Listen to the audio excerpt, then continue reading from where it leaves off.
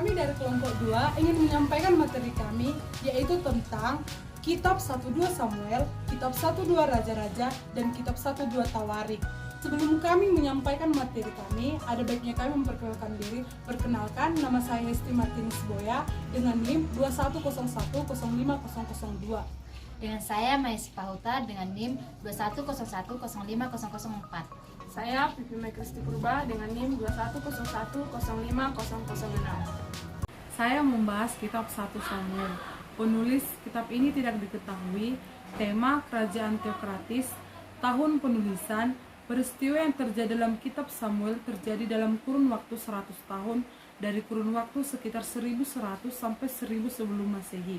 Peristiwa yang terjadi dalam kitab 2 Samuel kira-kira mencakup masa 40 tahun, diperkirakan setelah 960 sebelum Masehi. Jenis sastra sejarah. Latar belakang. Di Perjanjian Lama Ibrani, 1 dan 2 Samuel merupakan satu kitab. Keduanya diberi nama menurut Nabi Samuel, tokoh yang sangat dihormati sebagai seorang pemimpin rohani Israel yang tangguh dan yang dipakai Allah untuk mengatur kerajaan teokratis. 1 Samuel meliputi hampir 100 tahun sejarah Israel dan kelahiran Samuel hingga wafatnya Saul, atau sekitar 1105 sampai 1110 sebelum Masehi, dan merupakan mata rantai sejarah yang utama di antara masa para hakim dengan Raja Israel yang pertama. 2 Samuel terutama membahas Raja Daud, sedangkan 1 Samuel meliputi 3 peralihan utama dalam kepemimpinan nasional, dari Eli ke Samuel, dari Samuel ke Saul, dan dari Saul ke Daud. Sejarah 1 Samuel. Kitab Samuel pada mulanya atau dan masih dipertahankan hingga saat ini dari sejumlah versi Alkitab Ibrani. Diperkirakan hanya berupa satu kitab atau gulungan tunggal yang bernama Kitab Samuel. Pembagian kitab ini menjadi 2 kitab terpisah berasal dari Alkitab Ibrani, terjemahan bahasa Yunani, koine pertama yaitu Septuaginta. Septuaginta membagi dan juga mengelompokkan kitab Samuel dengan kitab Raja-Raja, sehingga menjadi 4 buah kitab terpisah dengan nama yang sama, yaitu kitab kerajaan-kerajaan dan kitab penguasa-penguasa. Dan 2 Samuel modern masing-masing pada saat itu disebut kitab 1 dan 2 kerajaan-kerajaan, sedangkan kitab 1 dan 2 raja-raja modern masing-masing disebut kitab 3 dan 4 kerajaan-kerajaan. Pembagian atau susunan kitab 1 Samuel. Lahirnya Samuel, puji-pujian Hana, kejahatan anak-anak Eli, nubuat tentang Eli dan keluarganya, Samuel terpanggil, tabut Tuhan dirampas, tabut Tuhan di tangan orang Palestina, tabut Tuhan dikembalikan kepada orang Israel, orang Filistin terpukul kalah dekat Mispa, Samuel sebagai hakim, orang Israel mengkehendaki seorang raja, Saul diurapi menjadi raja. Tujuan kitab 1 Samuel menguraikan titik peralihannya yang kritis dalam sejarah Israel dari kepemimpinan para hakim kepada pemerintah seorang raja. Pesan moral dari kitab 1 Samuel: janganlah pandang parasnya atau perawakan yang tinggi, sebab aku telah menolaknya. Bukan yang dilihat manusia, dilihat Allah. Manusia melihat apa di depan mata, tetapi Tuhan melihat hati. Tertulis dalam kitab 1 Samuel 26 ayat 7. Kedua, janganlah kamu selalu berkata sombong, janganlah caci maki keluar dari mulutmu, karena Tuhan itu Allah yang Maha Tahu, dan oleh Dia perbuatan-perbuatan diuji. Tertulis dalam kitab 1 Samuel 2 ayat 3. Selanjutnya, saya akan membahas tentang kitab 2 Samuel. Penulis tidak diketahui, tema pemerintah Daud, tahun penulisan akhir abad ke-10 sebelum Masehi, jenis sastra sejarah. Latar belakang 2 Samuel. Samuel pada mulanya menjadi satu kitab dalam Perjanjian Lama Ibrani. Latar belakang 2 Samuel dibahas secara lebih terperinci pada permulaan 1 Samuel. Perlu diperhatikan di sini bahwa 1 Samuel meliputi sejarah selama hampir 1 abad, dari kelahiran Samuel hingga kematian Saul, atau sekitar tahun 1105 sampai 1010 sebelum Masehi. Maka 2 Samuel hanya mencatat pemerintahan Daud, suatu masa yang lamanya 40 tahun atau sekitar 1010 sampai 970 sebelum Masehi. Sejarah kitab 2 Samuel. Sejarah kitab 2 Samuel yaitu sambungan dari kitab 1 Samuel. Kitab ini memuat sejarah pemerintahan Raja Daud mula-mula atas Yudea, kerajaan selatan pasal 1 sampai 4, yang belakang sekali atas seluruh negeri termasuk Israel di sebelah utara pasal 5 sampai 24. Dalam kitab ini dituturkan dengan jelas dan menarik bagaimana Daud berupaya memperluas dan mengukuhkan jabatannya. Beliau bertempur melawan musuh-musuhnya sewenang-wenang di dalam maupun di luar negeri. Pembagian kitab 2 Samuel. Daud mendengar kabar kematian Saul. Ratapan Daud karena Saul dan Yonatan. Daud menjadi raja atas Yehuda, Isyobet, anak-anak lelaki Daud. Abner memihak Daud. Abner dibunuh oleh Yoab. Isyobet dibunuh. Daud menjadi raja atas seluruh Israel. Daud merebut Yerusalem dan menetap di sana, istana dan rumah tangga Daud. Daud memukul kalah orang Filistin. Tabut dipindahkannya ke Yerusalem. Janji Tuhan mengenai keluarga dan kerajaan Daud. Doa syukur Daud. Kemenangan-kemenangan Daud. Pegawai-pegawai Daud. Daud dan Mefiboset. Daud berperang melawan Bani Amon dan orang Aram. Tujuan kitab 2 Samuel.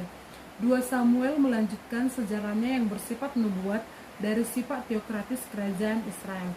Kitab ini secara mendalam mengilustrasikan dari kehidupan pribadi dan pemerintahan Daud. Pesan moral dari kitab 2 Samuel 1. Sebab itu engkau besar ya Tuhan Allah, sebab tidak ada yang sama seperti engkau dan tidak ada Allah selain engkau menurut segala yang kami tangkap dengan telinga kami. Tertulis dalam 2 Samuel 7 ayat 22. Yang kedua, tetaplah mengucap syukur atas setiap pertolongan yang Tuhan berikan. Tertulis dalam kitab 2 Samuel 22 ayat 1 sampai 51. Kitab 1 Raja-Raja. Penulis kitab ini tidak diketahui, tapi banyak ahli yang mengatakan bahwa penulisnya adalah Yeremia. Tema dari kitab ini adalah Raja-Raja Israel dan Yehuda. Tahun penulisannya tahun 560 sampai 550 sebelum Masehi. Jenis sastra dari kitab ini sastra sejarah. Latar belakang dari kitab 1 Raja-Raja. 1 dan 2 Raja-Raja langsung melanjutkan sejarah yang tercatat dalam 1 dan 2 Samuel. Keempat kitab ini secara selektif meliputi seluruh sejarahnya para Raja Israel dan Yehuda sekitar 1050 sampai 586 sebelum Masehi. 1 dan 2 Raja-Raja secara kronologis meliputi 4 abad sejarah tersebut sejak masa Raja Salomo 970 sebelum Masehi hingga pembuangan di Babel. Sejarah dari kitab 1 Raja-Raja. Sejarah kisah dalam 1 Raja-Raja dimulai kira-kira pada tahun 1000 sebelum Masehi dan selesai pada pertengahan abad ke-9 sebelum Masehi. Suatu masa yang berlangsung selama 120 tahun, kitab ini menceritakan kisah dua orang raja, yaitu Saul dan Daud, dan tentang kerajaannya. Pembagian atau susunan kitab 1 Raja-Raja.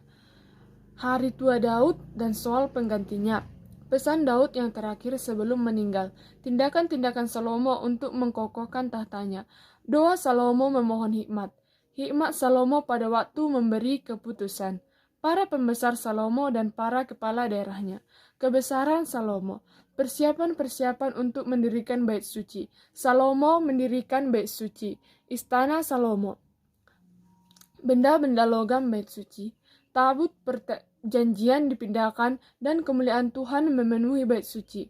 Tuhan menepati janjinya pada Daud.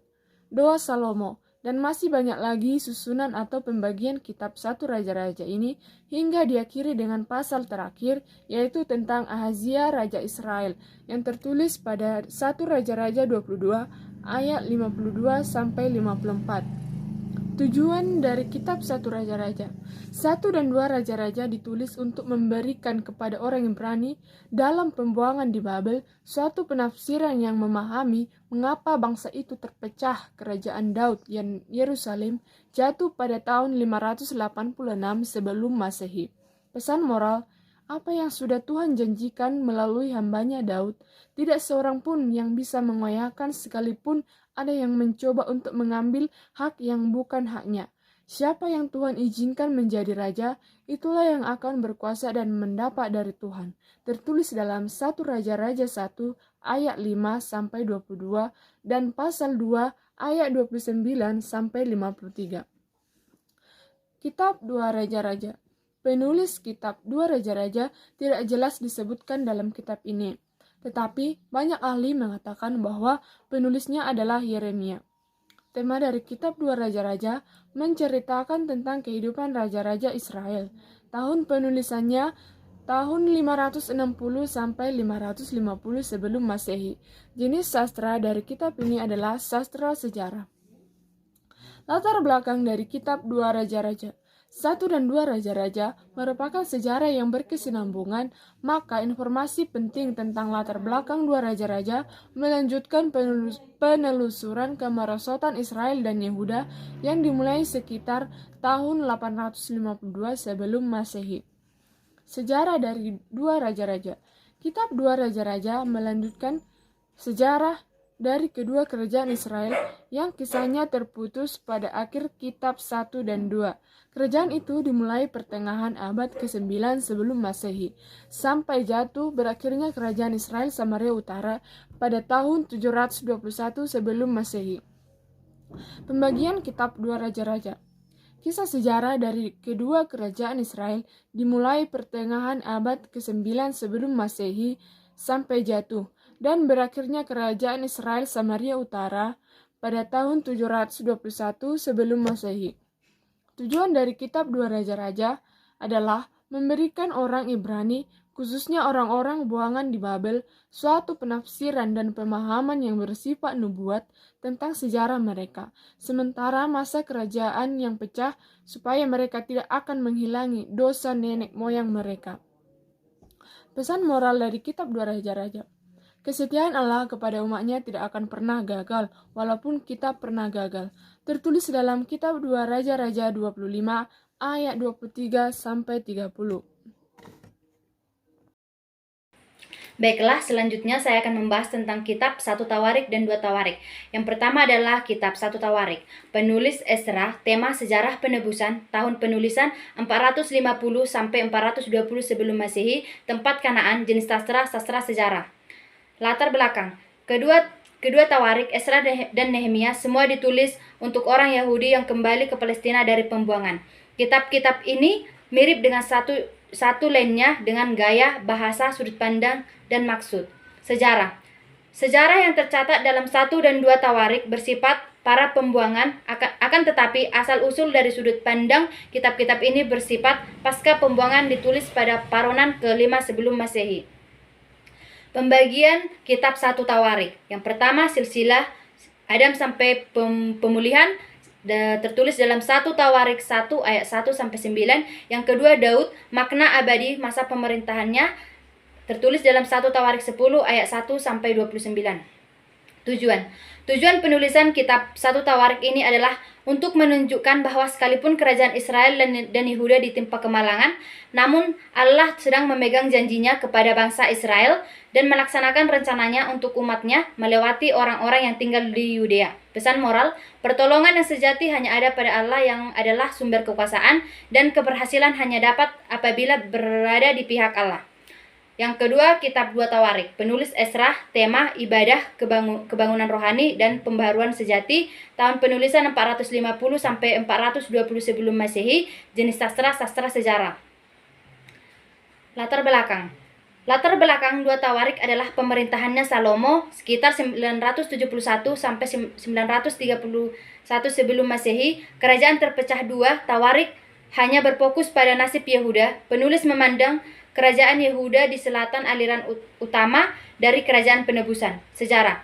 Kitab 2 Tawarik merekam sejarah kerajaan selatan, yakni Yudea, dari pemerintahan Salomo sampai ketika bangsa Israel menjadi tawanan kerajaan Babel.